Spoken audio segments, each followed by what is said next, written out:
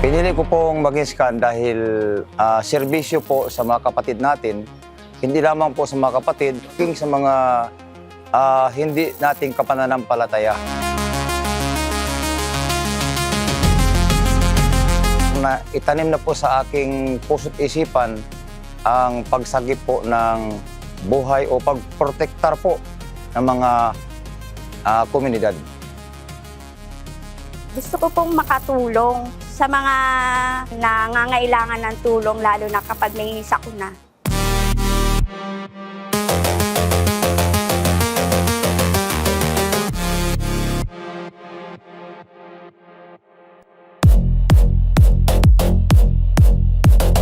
Nagpapasalamat po kami sa pamamahala na marami kaming natutunan sa seminar ngayon po na dapat namin ituro din sa mga kasamahan namin sa distrito. Kahit may bagyo, may kalamidad, may baha, kaya namin gampanan po para po sa kapakanan po sa loob ng iglesia po at sa seguridad ng mga kapatid po.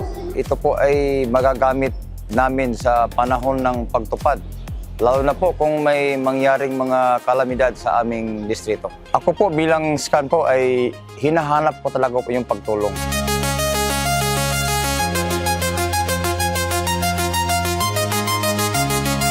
Tuwing nakakakita po kami na natutulungan namin, ang saya-saya po at ang sarap-sarap po sa pakiramdam namin.